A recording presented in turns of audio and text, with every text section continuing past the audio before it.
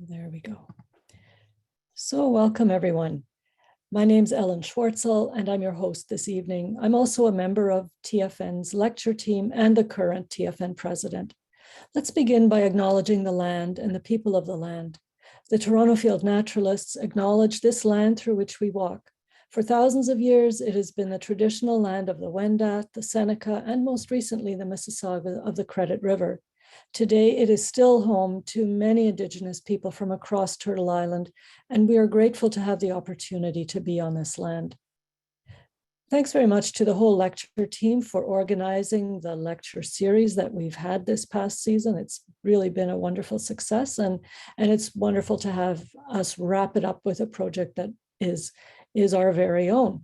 So we do have a terrific speaker who I'll introduce in just a minute. First, let me welcome guests who may be joining us this evening. And this event has been shared on several portals aside from the TFN website. So do let us know in the chat how you heard about it. And we definitely hope you'll come again. We hope you'll join us as members of Toronto Field Naturalists. Let me also share a few Zoom tips. And of course, we are recording this event, and the recording will be available online on TFN's website in future. And it's a good habit to just keep yourself muted unless you're about to ask a question and during the Q&A. And let's also keep our videos turned off, especially if we happen to be moving around, because it reduces distractions for everybody else. After the talk, I hope we'll stay to thank our speaker and to join in the discussion. And I'll also share some sneak peeks of upcoming events, including a couple of in-person live fall social events. So you have to stick around to hear about those. So to ask a question, you have a few ways to get noticed. If you have your video on and we can see your name, then you can just raise your hand. There's also a raise hand feature. You can find that by clicking on reactions. And of course, you can also type your question in the chat feature. So I'm really delighted now to introduce this evening's speaker, Jason Ramsay-Brown. And Jason is the author of Toronto's Ravines and Urban Forests, published by Lorimer in 2015 and 2020. And I have to say, this book, I keep trying to put it back on my bookshelf and I keep having to haul it out because I need it for some reference. So it's just traveling back and forth on my desk all the time. Jason is also past president of the Toronto Field Naturalists, and he's one of the lead stewards on Toronto Field Naturalists' Community Stewardship Program team. And he has served as a primary administrator of Cottonwood Flats monitoring program since it began. His passion for nature in the city has seen him serve on the City of Toronto's Ravine Strategy Advisory Group, TRCA's Regional Watershed Alliance, as well as a volunteer on the Todmorden Mills Wildflower Preserve and Beechwood Wetland Stewardship teams, and as a planting captain with the City of Toronto. So quite a lot. And he just never stops. So it's a really something to admire. And now we really get to hear what Cottonwood Flats is all about. So at this point, Jason, I think you can take the screen and take it away. All right. So first of all, let me thank everyone for coming and thank Ellen for a very generous introduction there. I think Ellen covered most of the stuff that would be relevant about me in terms of this evening. But there is sort of one thing that I'll add, and that's, Cottonwood Flats on a personal level is, it's one of those places you just connect with. I think a lot of us going out in nature, we find those little corners of the city that sometimes explicably, sometimes inexplicably just speak to us. And from the first time I went to Cottonwood Flats, which I guess would be 12, 13 years ago, I just kind of felt a kinship for the place and a connection with it. And it was one of the first natural areas that I took my then toddler daughter out to explore nature in. For, it was years spent walking around in places like that inspired me to write the book that I did. I'd always include Cottonwood Flats in a TFN walk if it was in that area of the Don Valley. It was a place that I'd always visit in the winter time, one of the few places that could get me out of the house in the winter, that's when I read, and that way spring, summer, and fall is all open for outside stuff. But I occasionally go there to celebrate sort of, you know, the beauty of that place in the winter. I love Cottonwood so much. I actually got the T-shirt saying I love Cottonwood Flats. So I'm really glad that I get a chance to share some stuff about this place with you guys tonight. And on that note, I'm just going to share my screen. Can everyone see that all right? Yes? That's good. Okay. So first of all, for those of you who might not be familiar with the Toronto Field Naturalists, for almost a century, TFN's connected people with nature in the Greater Toronto Area. We help them to understand, enjoy, and protect Toronto's green spaces and the species that inhabit them. And we do this through our website, our public lecture series like tonight, a newsletter that we publish 8 times a year, guided nature walks, empowering people in advocacy and to take action in ways that are consistent with our mission. Stewardship initiatives on our 4 private nature reserves, as well as our new community stewardship program down at Cottonwood Flats, and by citizen science initiatives like our Cottonwood Flats monitoring project. And tonight we'll sort of be exploring the past, the present, and the future of Cottonwood Flats, looking at this you know, interesting area of the Don Valley through a lens that's been afforded us by 5 years of TFN's Cottonwood Flats monitoring project. I guess, you know, just for those of you who may not be familiar exactly where Cottonwood Flats is, it is northeast-ish of Bayview and Pottery Road, southeast of Crothers Woods, south of the Leaside Bridge. It's down where the Toronto Police Services dog kennels are located. So that's the area we're talking about. And the Cottonwood Flats monitoring project is a long-term ecological project that's a partnership between the City of Toronto's Natural Environment and Community Programs section of Urban Forestry and the Toronto Field Naturalists. The way it developed was in 2016. NECP reached out to TFN and wanted us to develop a project plan and monitoring protocols aimed at tracking the impact of a recent ecological restoration project that was completed down in the Don Valley, documenting biodiversity on the site and seeing what the end result of the restoration efforts, how year after year, what came out of all of those things. So in 2017, we established 10 permanent monitoring plots at the site. And since then, we've conducted 26 assessments and sessions down at the flats. It's been about a combination of 500 hours of observations down there, where we've identified hundreds of species of plants and animals that call the flats home. And this data is used to determine plant and animal biodiversity in the area, to assess the overall trends in terms of species richness and abundance, to provide ecological enhancement recommendations that inform what the city's ongoing management of the area, including invasive species control, species introduction, habitat feature creation, and management. But, you know, every bit as importantly for the volunteers who participate in this project is we get to see great stuff like this. Birds of all shapes and sizes, like this great catbird feasting on staghorn sumac here. Big mammals like this white-tailed deer that came by to visit us one day. Small mammals like this eastern cottontail that was warrening in these post-industrial concrete slabs that are still on the site. It's an area we call Slab City, or Plot 7, and you'll hear that talked about a couple of times tonight.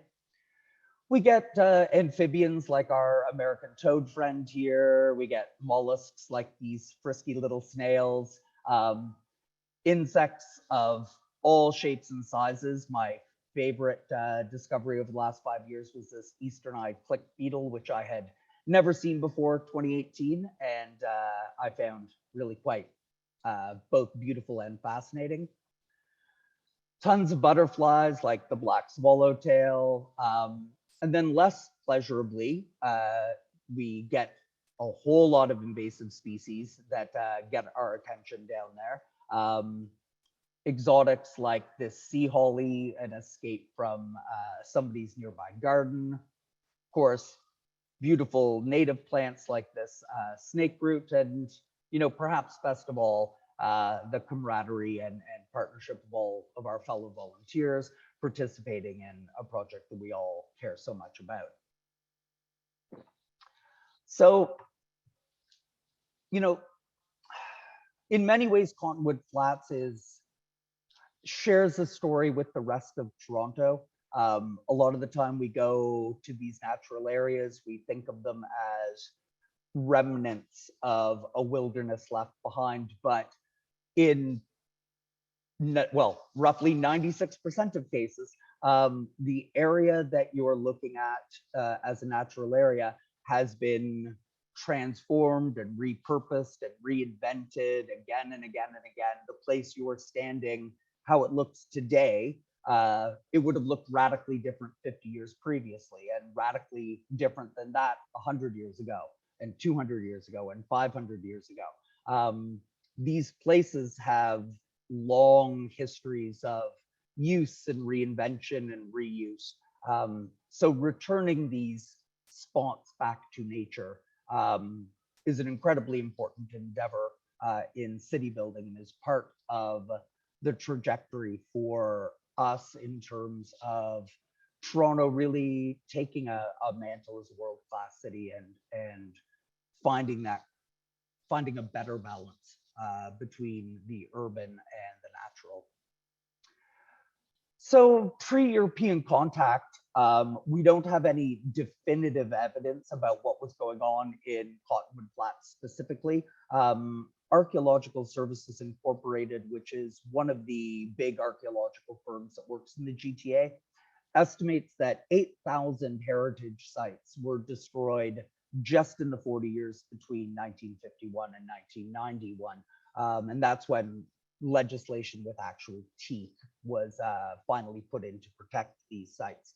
But comparing Cottonwood Flats to similar areas in and around Toronto, the high volume of clay that's present throughout that area of the valley, the slopes, and the sort of what we know about the old trail systems that went through it, looking at the artifacts that were collected, it's pretty reasonable to assume that this section of the Don Valley would have been used seasonally for things like pottery production, material collection, fishing, things like that. Just north of Cottonwood Flats is a park called Brookbanks Park that some of you might know, and it hosted several archaeological digs in the 80s and 90s. And some of the stuff they unearthed there, the Royal Ontario Museum unearthed there, was really quite fascinating. One of the oldest meadow cache blades ever discovered. So that would have been dated from around 1000 BCE. And this little pebble that's on the slide right now, which they've dubbed the Milner effigy pebble, dated for about 4700 BCE. And it's considered one of the oldest human representations discovered in northeastern North America. So getting into European settlement around the 1700s, this would have, the Cottonwood Flats area would have been the stomping ground for Elizabeth Simcoe and Lieutenant Governor John Graves Simcoe. Around 1792, we see the area being referred to as Terry's Field, named after Partial Terry of the First Parliament of Upper Canada, who built a home nearby. And that home has been integrated into the Todmorden Mills Heritage Museum, which is maybe about a 15-minute walk south from Cottonwood Flats. So it's still in the general area. Around 1815, we have Major David Secord, who was Laura Secord's brother-in-law, building a sawmill on the banks of the Don River right in this area. around 1826, we have the Taylor family who owned huge tracts of land from Victoria Park straight over to what we now consider what we now call the Don Valley Brickworks or Evergreen Brickworks. So they opened up their middle mill around 1858 in the area. This background photo of the slide is the only surviving remnant of the Taylor family home in the Don Valley. It's about a 5-minute walk from Cottonwood Flats proper. And they called the house Beechwood, which is what the Beechwood wetland is named after. And that's Beechwood wetlands, maybe a 3 or 4 minute walk from Cottonwood Flats. So in more recent time, the industrial legacy becomes evident. We've got the builder of Casa Loma and one of the members of the Taylor family who open up the Sun Brick Company with a quarry on the other side of the Don River, directly opposite of Cottonwood Flats. In 29, we see the North Toronto sewage treatment plant finished, which is just north of the flats in Crothers Woods. From the 40s to the 60s, the brickworks, now exhausted, becomes the town of Leaside in the borough of East York's garbage dump. We get about 8 hectares of industrial waste and sanitary landfill compacted in some spots up to 25 meters deep. And some of that refuse was brought through Cottonwood Flats on its way to the disposal site. In the 60s and 80s, we have a polyresins factory where the police services dog training facility stands. In the 70s, we have the Crothers Caterpillar dealership operating on the upper slope. Literally just like you visibly see it from Cottonwood Flats. It's where the Loblaws on Redway Road is. And then right in Cottonwood Flats, sort of around the mid 20th century, you have a rockwool insulation factory that was operating there. And this background photo in the slide we're looking at are these slabs I mentioned earlier, part of Slab City, which they believe, there are solid records about it, but they believe it was probably an old bridge that was torn apart and then scattered across here for the purposes of trying to control flooding and erosion, and more than likely was not very successful at all at doing this. Now, where most people have heard of Cottonwood Flats, even if they've never been there, is that it was one of the city's official snow dumps. And it operated as such until 2008, so included the winter of 1999 when Mayor Mel Lastman called in the army. And for a lot of people, without knowing it, they are familiar with Cottonwood Flats because a lot of the reporters would shoot on location from the flats and the giant mountain of snow that had collected there over the weeks of the crisis.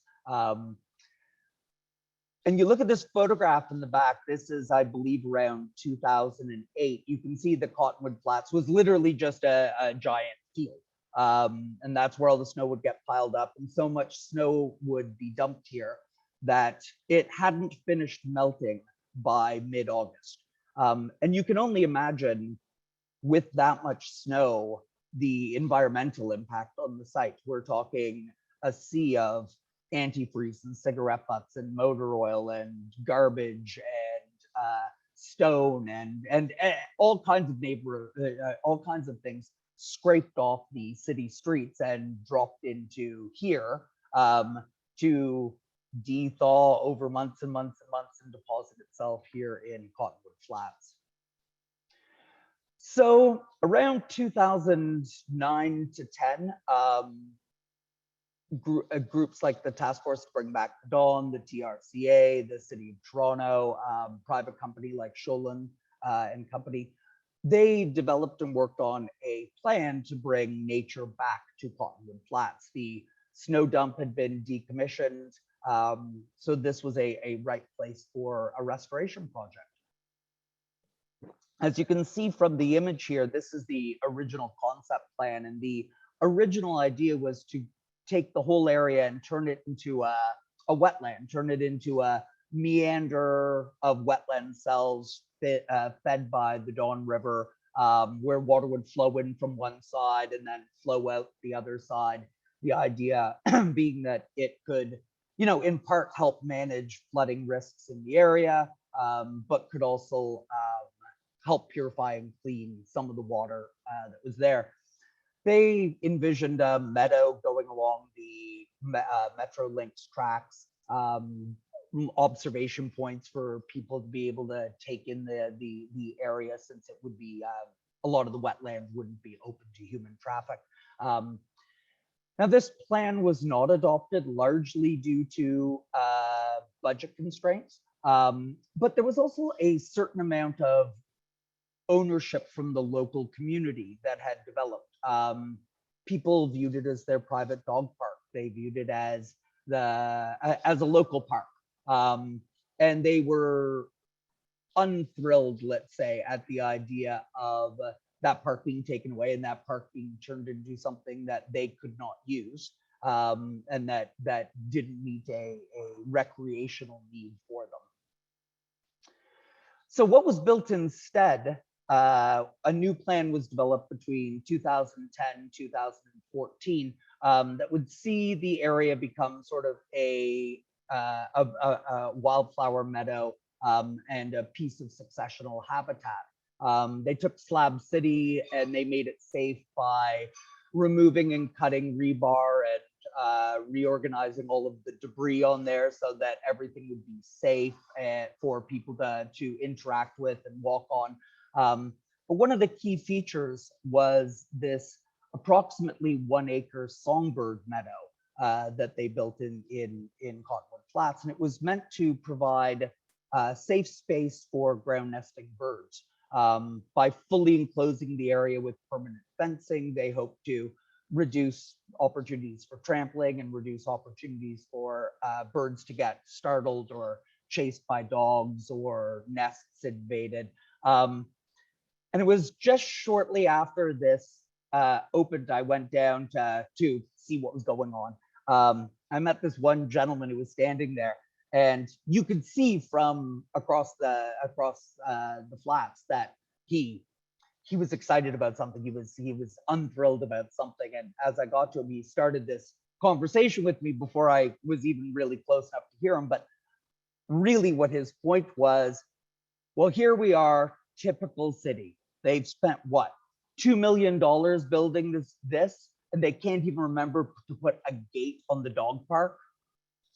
And I always got a laugh out of it, obviously, but I also, there's a really important lesson sort of in what that guy said that day, which is how hard it is for people to imagine something that exists in this city that isn't for us.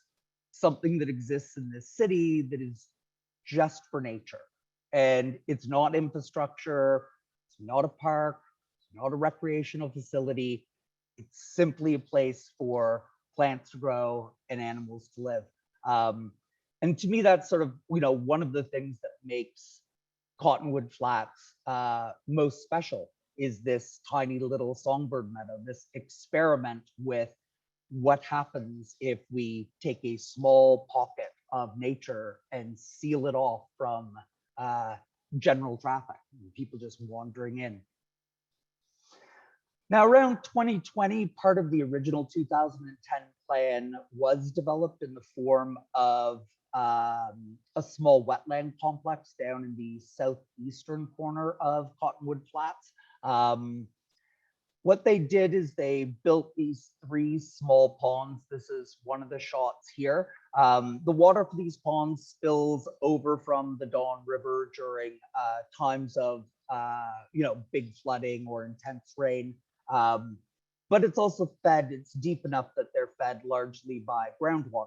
So these are ephemeral ponds, which is to say, at some points the water level is really, really high. At some point, the ponds are absolutely dry. And that sort of unique dynamic makes it a very valuable habitat for a lot of different creatures, and it gives it a lot of use and habitat value.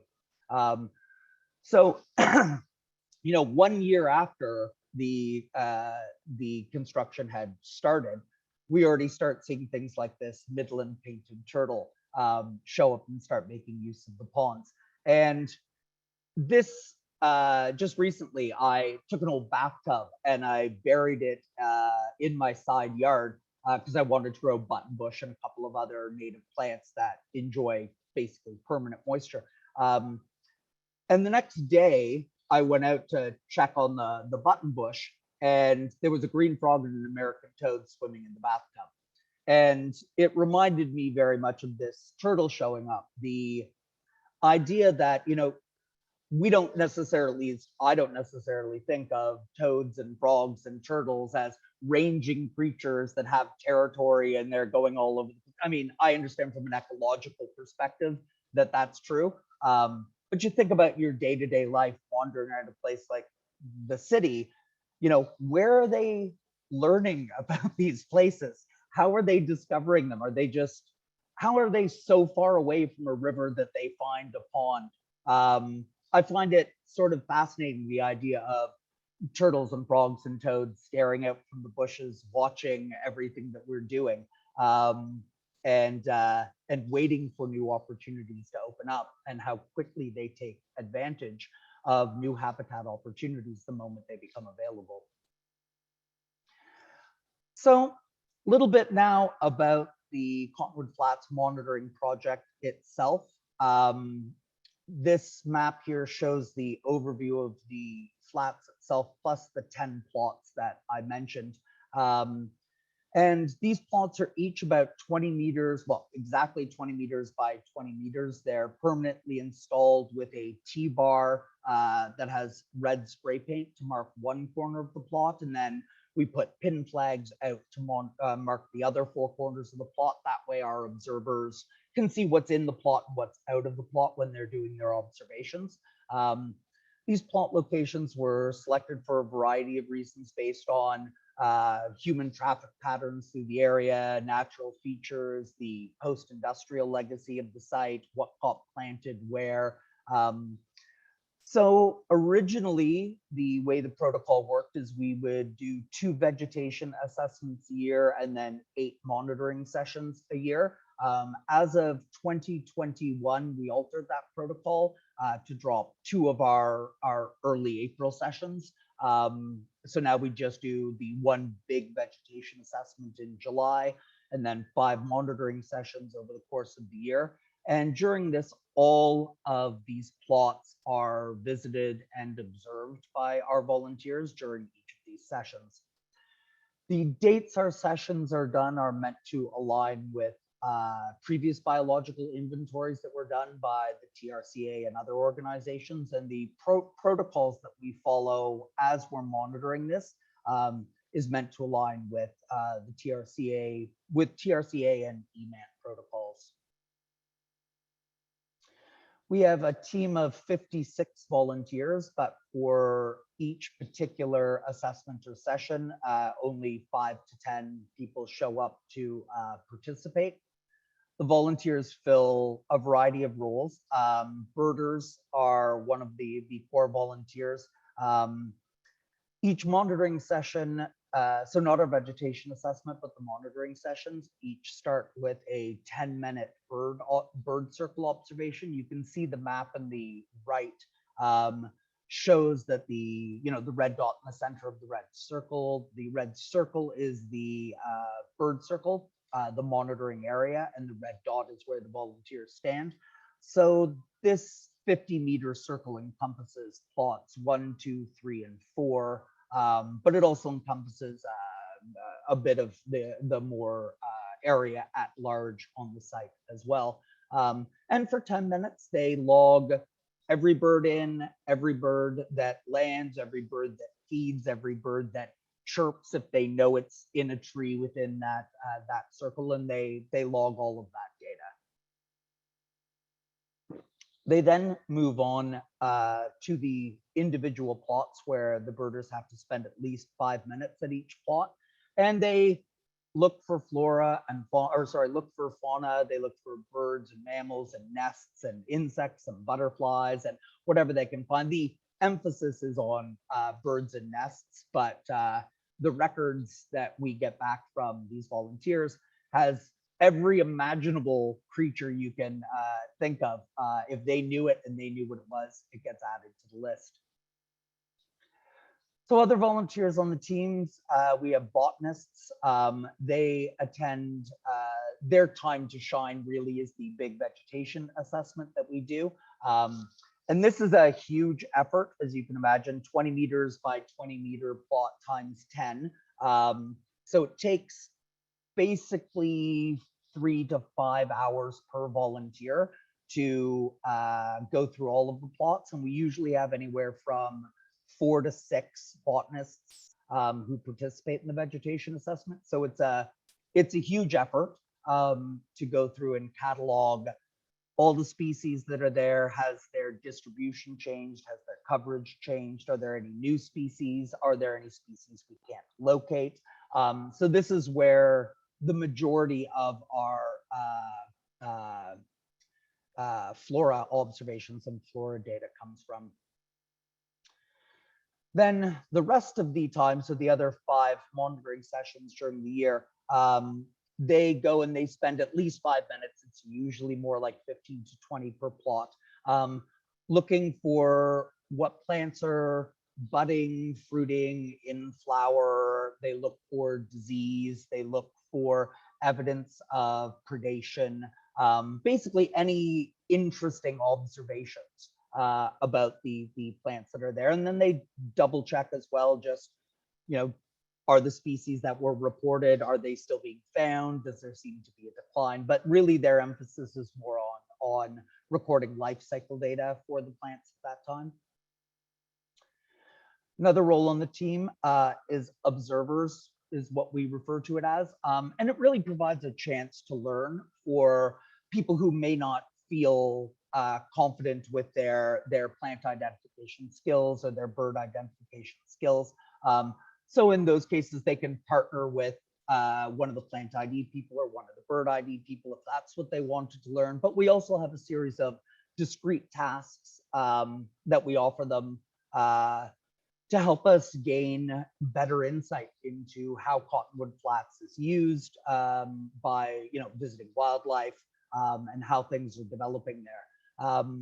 So just as the example here, this volunteer Eric, he was looking through Slab City to see if there had been any evidence of coyotes overwintering there. So we gave him all kinds of information on how do you identify coyote footprints and what the scat looked like and all of those kind of things. So he went and collected a whole bunch of data, and we found indeed that one year that coyotes did show some evidence of having used Slab City, certainly as a feeding site and probably as some form of denning, at least temporarily. So also the observer role gives us a chance to engage much younger participants. Kids have a remarkable ability to see things adults don't see.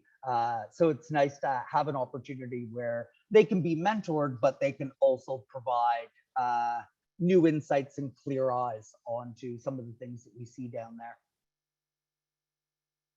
Now, all of these people who are collecting data, the primary way they collect data is with this plot observation map. In this case example you're looking at here, we can see RWBB. So somebody saw red-winged blackbird in plot 3. They saw HAWO, hairy woodpecker in plot 3. 2 American robins were seen in plot 3 this day. So they mark the general areas, and later we can overlay this with vegetation maps to get a sense for what those birds might have been doing there, why they were in that specific section of the plot. And then they record the actual information. How many of them did they see? What time did they see? Any notes like, was it male or female? Was it foraging? Did they think they might have seen it in a previous plot? That kind of information. And all of that gets logged during their observations and then returned into the administrator and gets compiled into our reports. Our events happen rain or shine, and this is one of my favorite little moments. It's Nancy Dengler, who's a past president.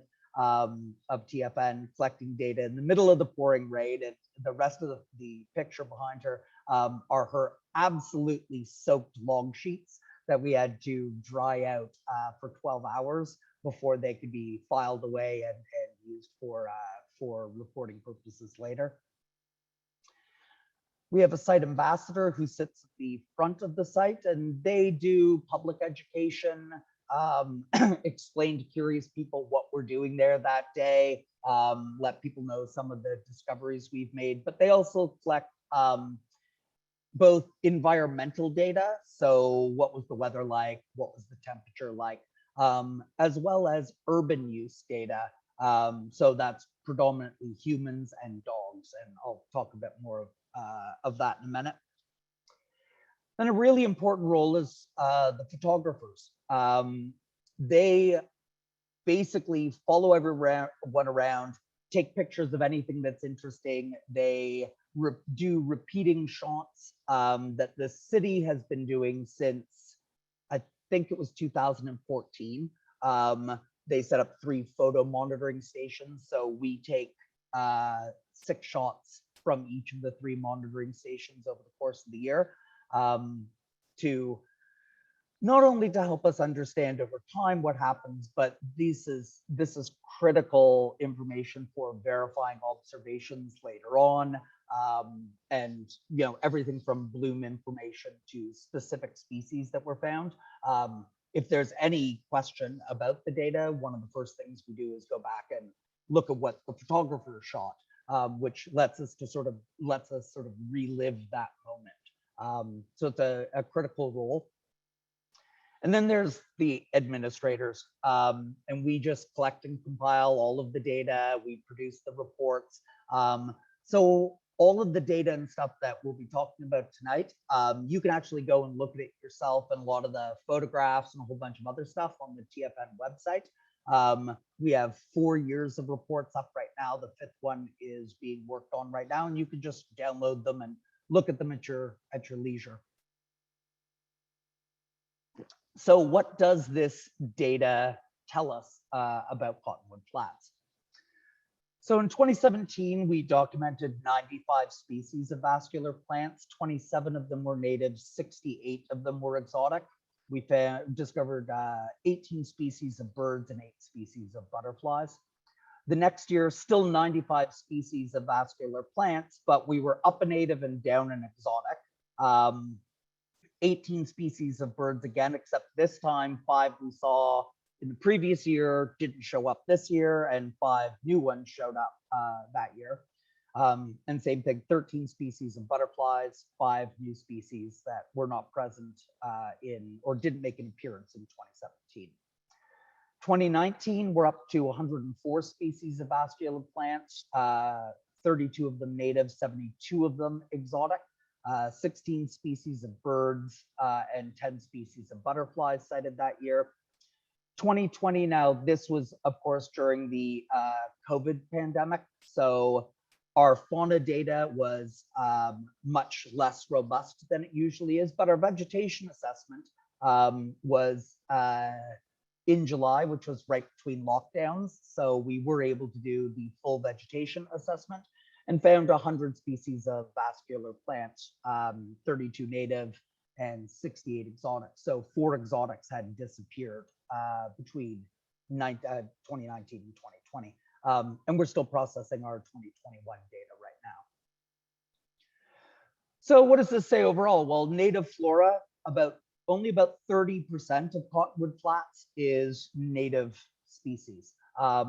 The diversity of native species is increasing, but as a total of site species, natives are actually trending downward.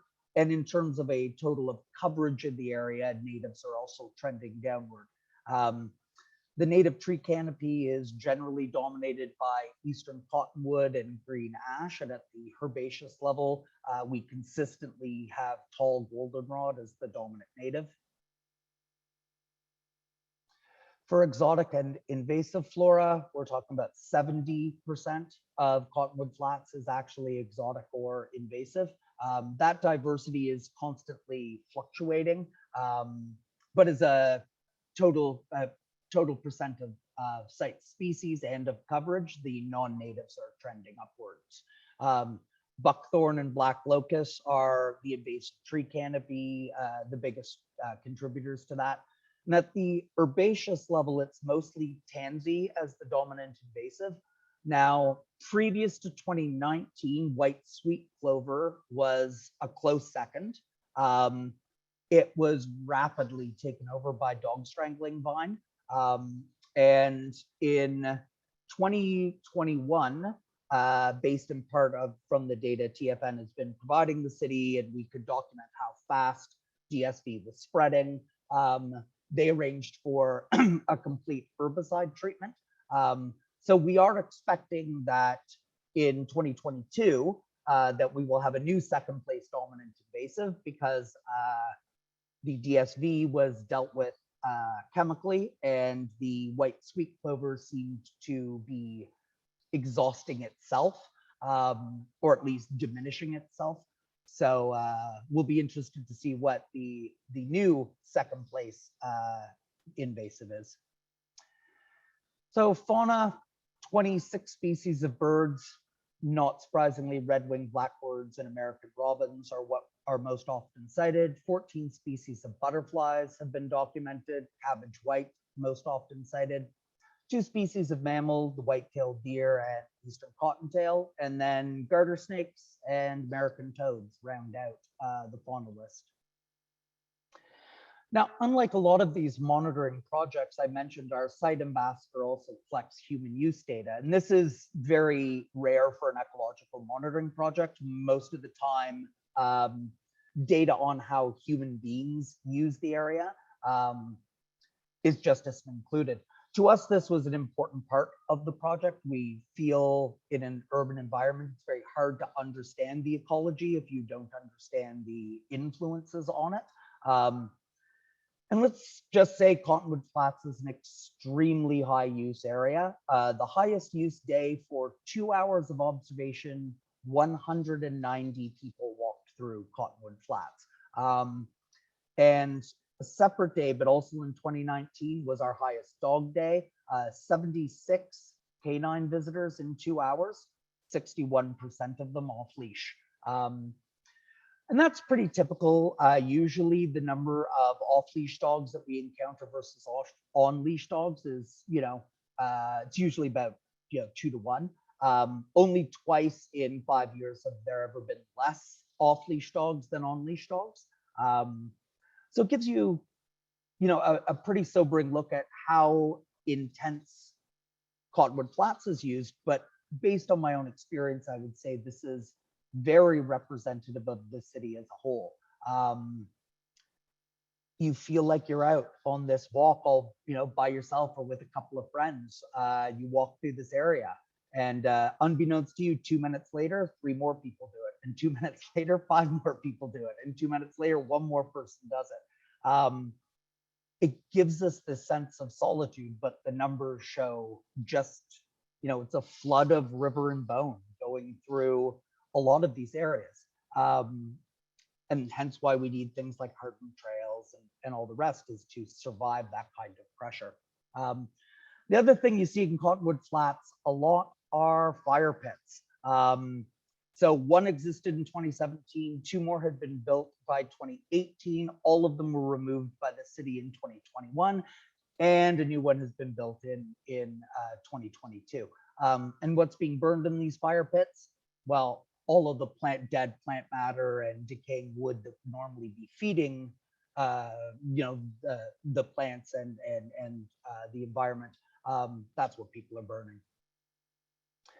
So I mentioned photo monitoring. So just really quickly wanted to give you a sort of a sense of 2 of the primary ways we use this data.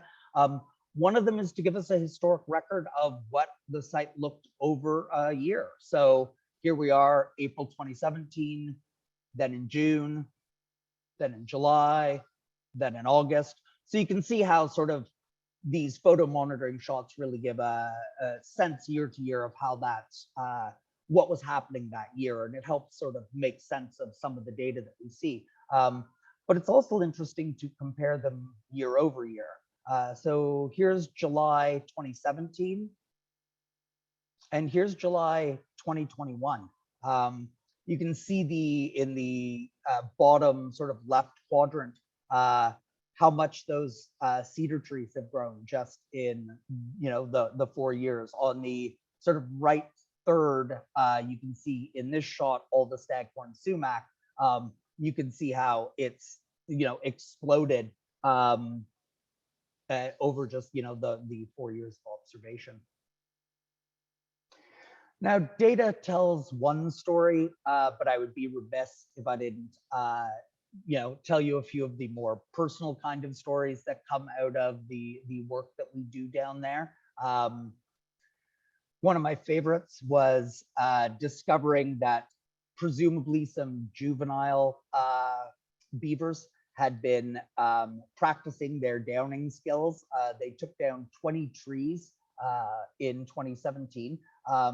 And we say they're juvenile because there's no way they could dam the Don River. So they obviously were practicing, trying. None of the trees that they actually got all the way down were present on the site. So they must have taken them to the river, and apparently took them about 20 times before they realized that they weren't going to succeed. But it's also interesting looking at the beaver chewed trees the next year. We see a remarkable amount of regrowth coming back on them. Beavers are an ecological agent of change, whether it's through the flooding that their dams cause, or whether it's caused by the regrowth they provoke, changing the canopy when they down trees, allowing light to come in. They are motivators of great change in our natural world. I mentioned the coyotes overwintering. So this was a little we believe a little scrap of leftover dinner from the coyotes in the area, who must have feasted on a rabbit, is what we presume. So again, a lot of the data that we collect isn't necessarily just a plant observation or a bird sighting. Some of it is secondary information, and we don't record it in the same way. We use it more like I'm using it with you tonight to sort of add color to our reports. But it shows, in this little area, the presence of beavers, the presence of coyotes. So it's important information in and of itself. So this is like one of my favorite things I had never seen before, cedar apple rust. So it's a fungus that creates these galls, but has this really complicated life cycle in that it requires two hosts. So it will infect a cedar tree, produce spores, and then the next year will infect an apple tree. And Cottonwood Flats actually has had 5 apple trees on it. None of them have gotten older than maybe 3 years old before dying out. But they keep coming back, and obviously they're too young to produce apples. So it's picnickers eating apples and throwing them into the landscape that are producing these apple trees. But with the 2 hosts present, it was enough for this cedar apple rust to develop. And I just think it's the coolest looking thing. It's like, seems like something out of an alien, out of a sci-fi movie, right? So this is what is referred to as the most interesting patch at the flats. And it's why I titled it Botanists Are Weird, because you would imagine for most of us, it would be big blooms or a beautiful stately tree or something like that. This is a leftover patch of asphalt road, but it is a micro habitat that has plants that don't grow anywhere else in Cottonwood Flats. So time-leaf sandwort, field pepperwort, hairy sandmat, prickly sedge. All of these plants exist in this patch and only this patch in terms of our monitoring plots, at least. We get to see interesting behavior like mudding from the cabbage whites. This is, the butterflies basically getting minerals, salts off the overturned dirt. In this case, the overturned dirt complements of the truck turnaround that exists at the top of Cottonwood Flats. So these big utility trucks that have to service the pipelines and hydro towers in the dawn use the one section of Cottonwood Flats as a turnaround spot. So it's a great place to go if you want to see mudding behavior from butterflies. The most vicious animal at Cottonwood Flats is actually the tree swallows. They are, I've been, let's say, menaced by red-winged blackbirds in the past, but they don't have nearly the same guts in my experience that tree swallows do. Tree swallows will literally come right at your face if they think you're too close to their nest. And almost every year that I've been at Cottonwood Flats during mating season, somebody gets swooped at by the tree swallows. Nobody's ever actually gotten hurt, but it can be pretty startling if you're not aware that they'll bail before they hit you. It can be quite startling. So sort of sneak this photo up on you, but such a poignant observation made in 2017 where we discovered a dead songbird in burdock. And what had happened is the burrs had trapped the feathers of the bird, and clearly it could not find a way to escape and perished in situ.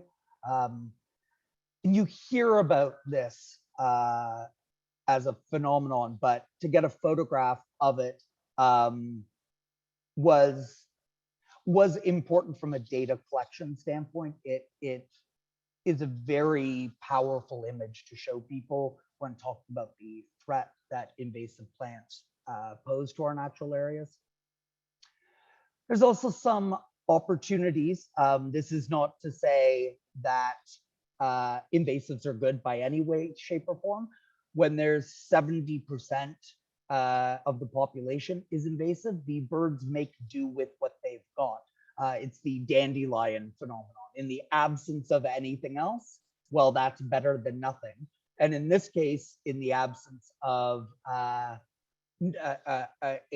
biodiverse population of native plants, even the dog strangling vine, grown in the right way, can provide home for somebody if they so choose to use it. Another weird discovery was yellow flowering DSV. Now, whether this was just an individual mutation or whether it actually represents a third type of dog strangling vine, we don't know. There are two dominant types of DSV in Toronto, but there is a third called white swallowwort that, according to the Natural Heritage Information Center, has only previously been spotted in 1904. A specimen was collected near Niagara Falls.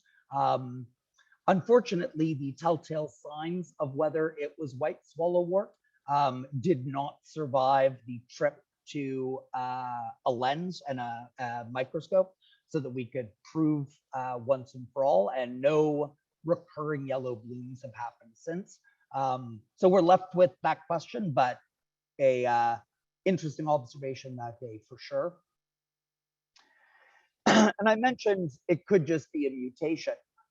In 2019, a lot of naturalists at TFN mentioned this sudden spike in Queen Anne's lace flowers that were actually pink and not white.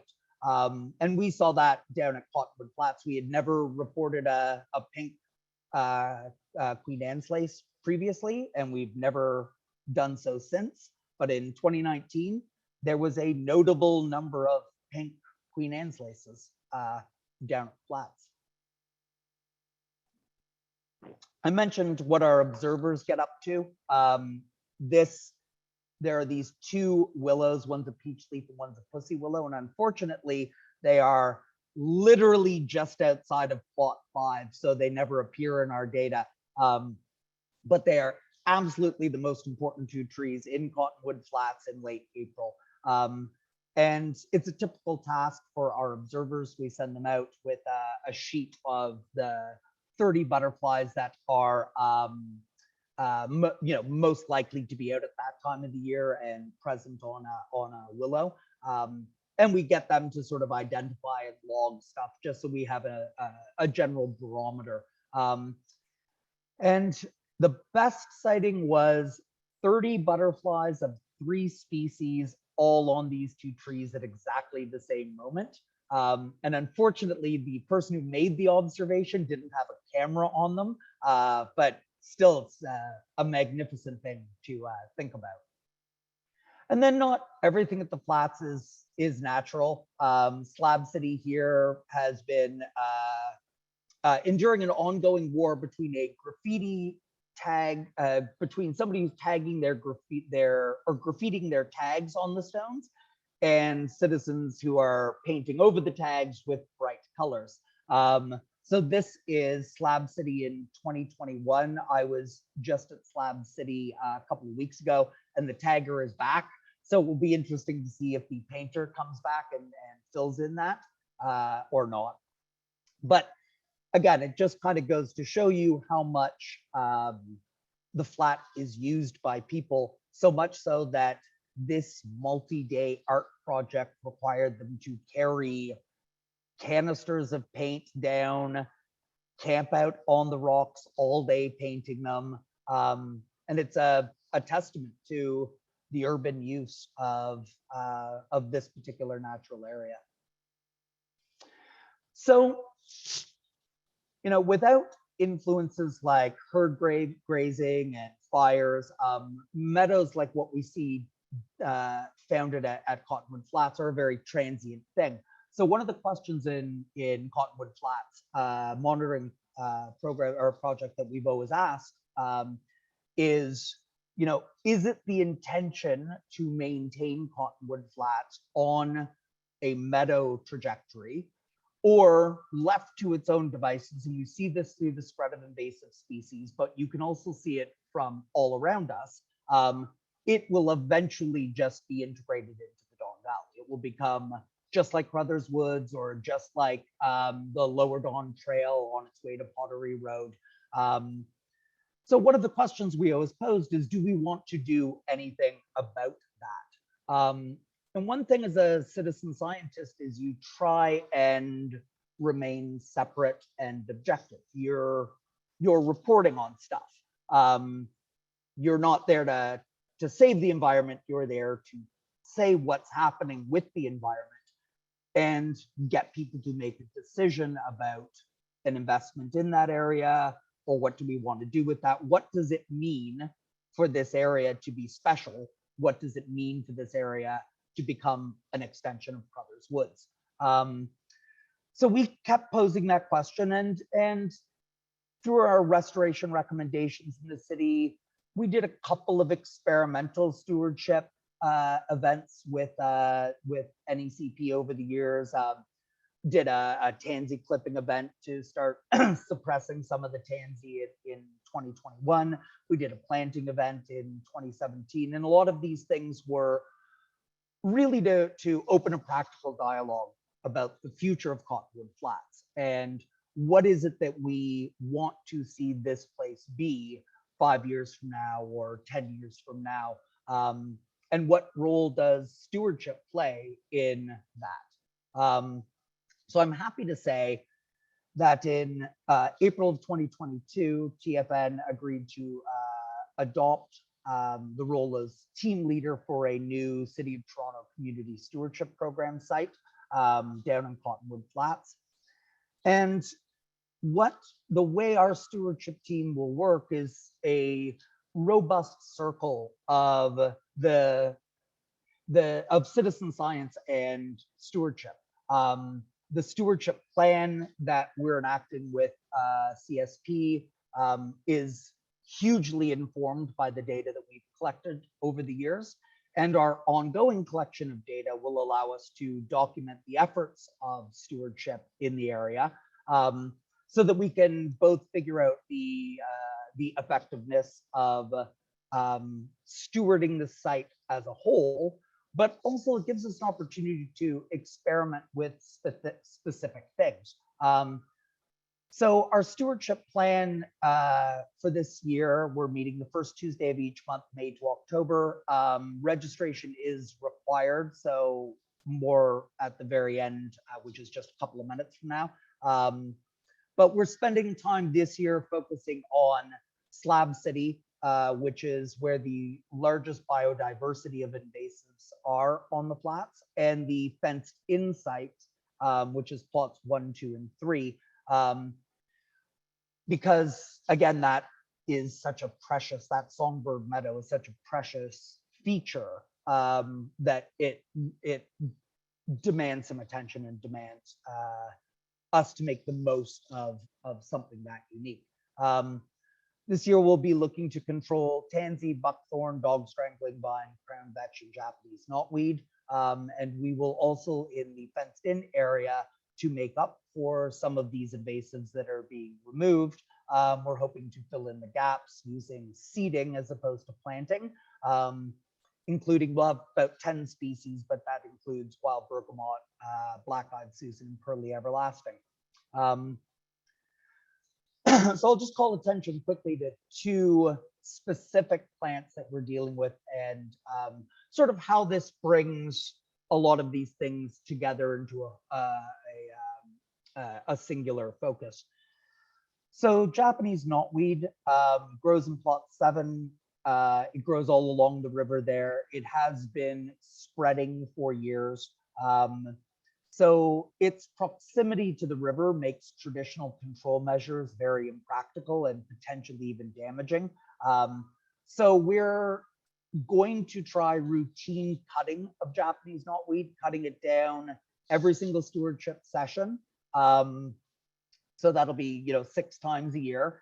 And then our Cottonwood Flats monitoring project team will be doing both photographic monitoring of the area so we can see what the regrowth looks like over time, as well as taking height measurements and density measurements so we can figure out over time, are we seeing this repeated cutting of the Japanese knotweed? Are we seeing it exhaust the sugars in the root system of Japanese knotweed? Is that an effective strategy for removing it? But equally important is what happens to all the other plants, even if the Japanese knotweed is just suppressed. There was, I showed a photo of snake root earlier. It was present in plot 7 for a couple of years. It has disappeared as of 2020. We're interested to see if the Japanese knotweed is suppressed, will the snake root seeds in the seed bank germinate, and will they come back out?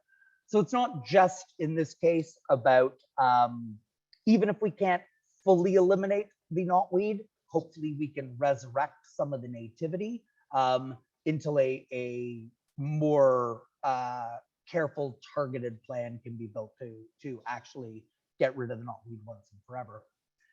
And just the final plant I'll mention quickly is Asian bittersweet. And the reason I mention it is I said a lot of this was built on data that was collected, or a lot of our project was built on data that was collected previous to the project, like a report in 2010 by Gavin Miller, who works for the TRCA, but also happens to be a TFN member, where he did a biological inventory assessment. And in that assessment, he said Asian bittersweet was not present, but could be introduced at any time by bird dispersal.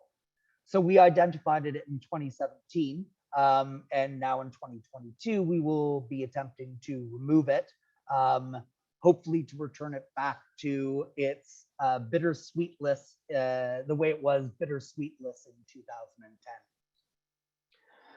So those are a few of the stories, a little bit of the data, a little bit of the history about a place that, just really, really, really means a lot to me.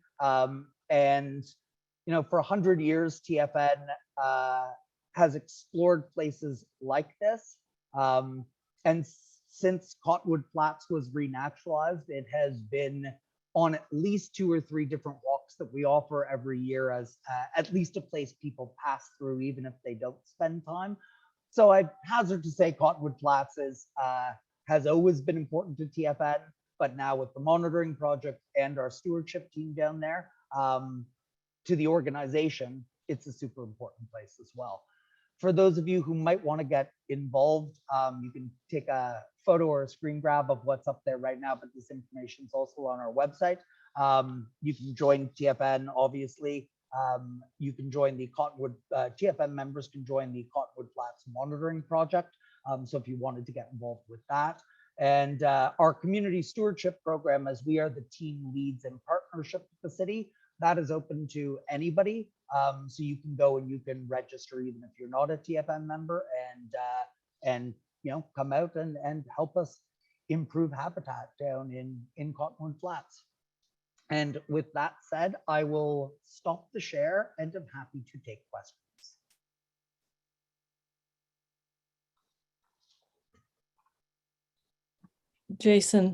Jason, that was just fantastic. Thank you so much. That was just, I'm so glad that I asked you to do this, because I saw this over a year ago, and I knew we needed to see it. Can I just immediately jump in and be pragmatic? Do you need more volunteers this year, and what skill sets would you most be looking for? Well, for both of them, the volunteer opportunities are open to people of any skill level. As I showed on the monitoring project, we have roles for observers. We can pair you up with people who know what you're doing. And same thing on the stewardship side. All of the stewardship work we do there, full instructions, all of the tools, all of the equipment, everything will be provided. You just need to come down there. So yeah, I mean, we're always looking for more volunteers. Our monitoring project has all the roles filled at this given second for this year. But that said, there's always somebody who's sick the day of, so we're in need of backups on that. And for the stewardship team, there's definitely room there for anybody who might want to participate. Okay, excellent. There were a couple of questions near the front about how to get there, and there was a good advice about looking for the police dog training site at 44 Beechwood Drive, and you can park there, right? So really, you go to Google Maps, see where you go, you drive down Beechwood Drive, and then you essentially you walk under the Don Valley Parkway. Is that right? Was there anything more that you would add there? Yeah, I mean, there's 4 ways to get into Cottonwood Flats. The Beechwood Way is the easiest. You can also walk along the Lower Don Recreational Trail from Pottery Road. So if you were visiting Todmorden Mills or something, you could walk in from there. You can walk down from Redway Road, Crothers Woods area where the Loblaws is. So that's another way in. And if you were visiting the Forks of the Don, you can walk the Lower Don Trail down from there as well. But yeah, the 44 Beechwood Drive is, if you're going to type anything into Google Maps, that's your best bet. Okay. Sharon Lovett asks a good question. Do you have electronic monitoring through apps like iNaturalist or other sort of, do you have webcams there? So we have experimented with apps, but we do not depend on them for data.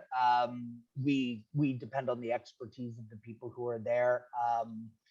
The apps, generally speaking, are pretty hit and miss.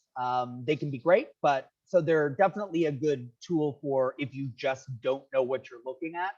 Take a few pictures, record it in the app, and then we can discuss it later and walk back over for an ID if we need to.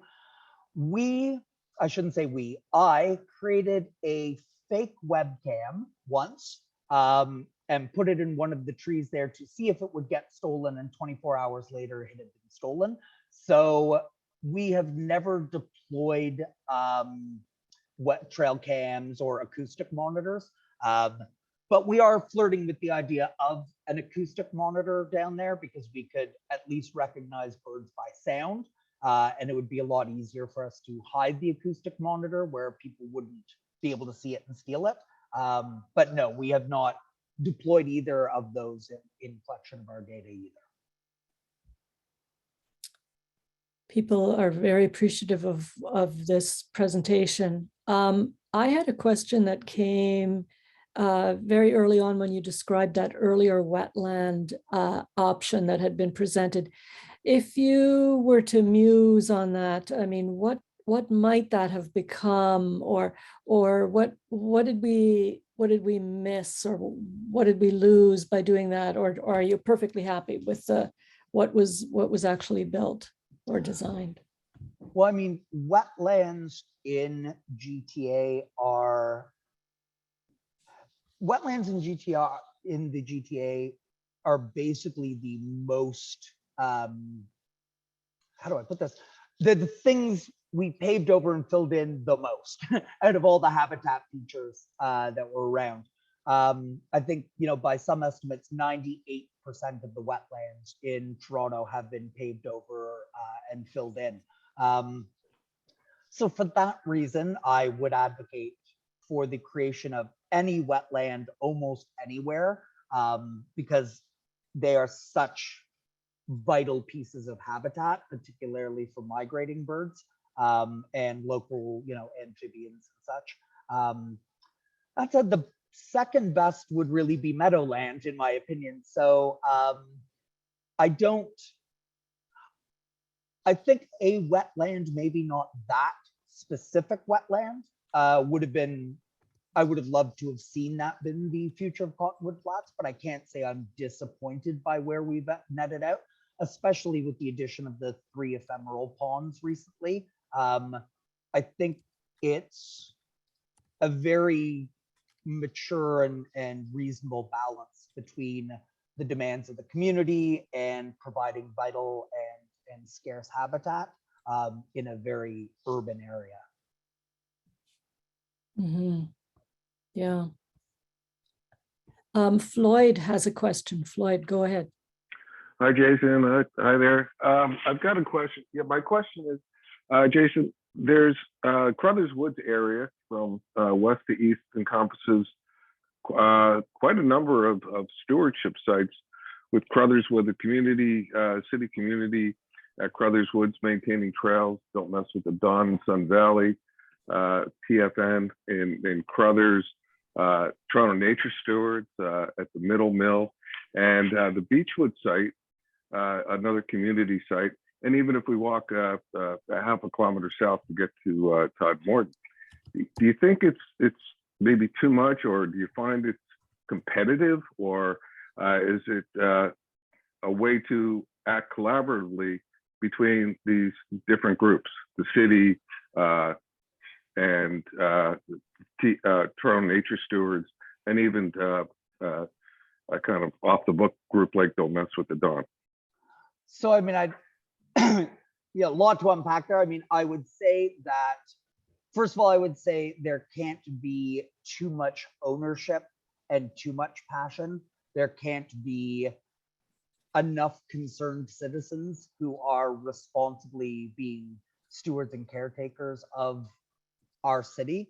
That particular area, I've served on the Todmorden Wildflower Preserve Stewardship team. I also served on the Beechwood Wetland one, and put some time in on the Crothers Wood one over the last 10 years. But it was predominantly Beechwood and Todmorden.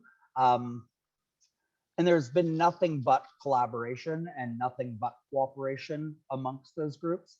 So I would say that whether it's official or unofficial, everybody is, or most of the people in that area are on the same team, working towards the same goal. And this is sort of the other thing, you mentioned Todmorden, which has a distinct stewardship model that was grandfathered in. You have the great work Toronto Nature Stewards is doing, and then the great work that the Community Stewardship Program is doing. I think a diversity of stewardship models will engage the most number of volunteers in the way that makes them want to participate. And I think that the diversity of these stewardship models is an advantage, because it allows different things to be tried, different ways of working, and different results. And it's through that collaboration, that friendship, that cooperation, and that communication with each other that we're going to learn from one another. Because in the end, we are all working towards the same goal. And if we can't learn to be friends and share data and make room for each other, then we're screwed. And part of my way of saying it, but honestly, you know, so yeah. you know what? From an old hippie man, it's the only thing I could say is right on, because I've worked in each and every one of those different programs, not the Toronto Field Naturalists program, but all the other ones. Before Don't Mess with Don, it was my stewardship was at Riverdale Park East in the community one. I live a couple of blocks away, and I participated in so many different events that the enjoyment and getting people out is a pleasure in itself, whether you're the volunteer or the volunteer organizer. So I'm very, very happy and pleased with the way you placed it. Thank you so much. Excellent, excellent. Yes, I think is well said. And if you consider, as Jason said, that you've got maybe 70%, 70% of plants are non-native, and that you have such incredibly intense use, human use of these areas. There's a lot of work, plenty of glory for all, really. So that's absolutely true. We're now at 8:16, and numbers are dropping off. So thank you so much, Jason, for really a terrific presentation. And we've got it captured, and people will be able to watch it. Yes, absolutely. Lots of applause for Jason, and do recommend it to your friends, because you'll be able to see it on TFN's YouTube channel coming up.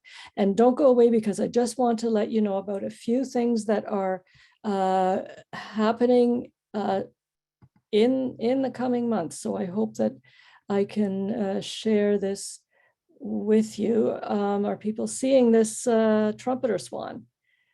Good. Okay. So I want to remind you that as a TFN member, you can really enjoy wonderful walks in May, in June, in July, and August.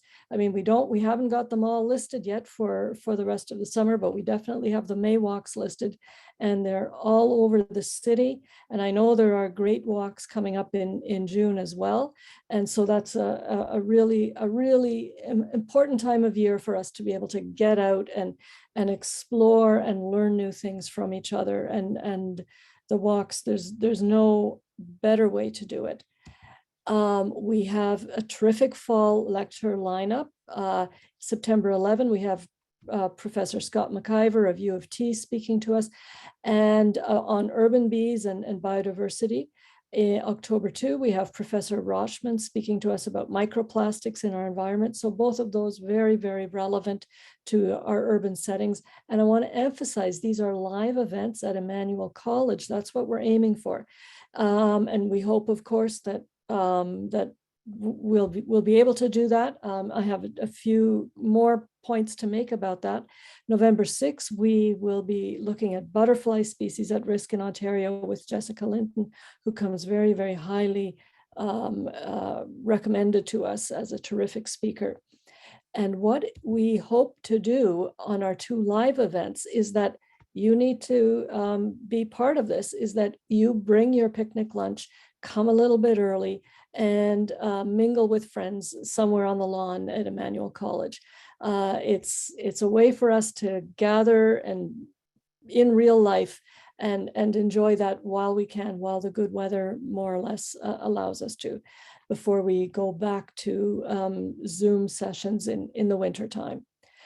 And of course, this is the time of year when you want to renew your membership to the Toronto Field Naturalists, and you might do that because you love Cottonwood Flats. You might do that because you really find the walks terrifically inspiring, and you have your favorite walk leader.